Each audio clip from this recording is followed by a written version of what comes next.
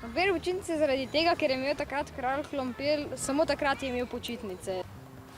Krompirjeve počitnice se imenujejo zaradi tega, ker je v tem tednu bilo svetovno prvenstvo v košarki in se je žog nenadoma spremenilo v krompir.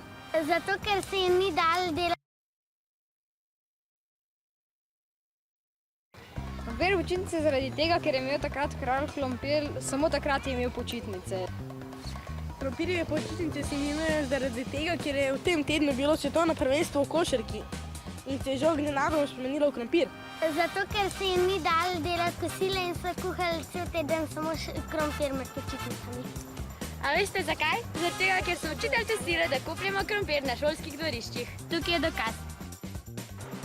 Očitno bi nam prav prišla strokovna pomoč. V šolskem muzeju gotovo vedo, kakšna je povezava med počitnicami in krompirjem.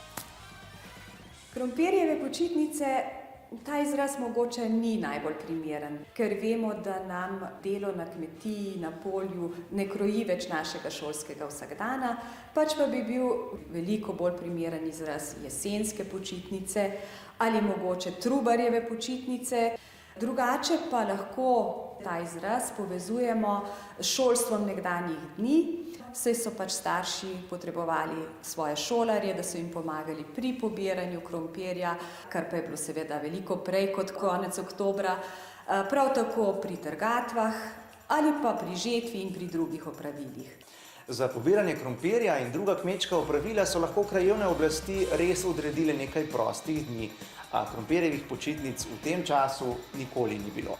Krompir so seveda pobrali že poleti, ta ljudski izraz pa je očitno tako privlačen, da se je zadnja leta kar dobro uveljavil za te jesenske počitniške dni. Krompirjeve počitnice!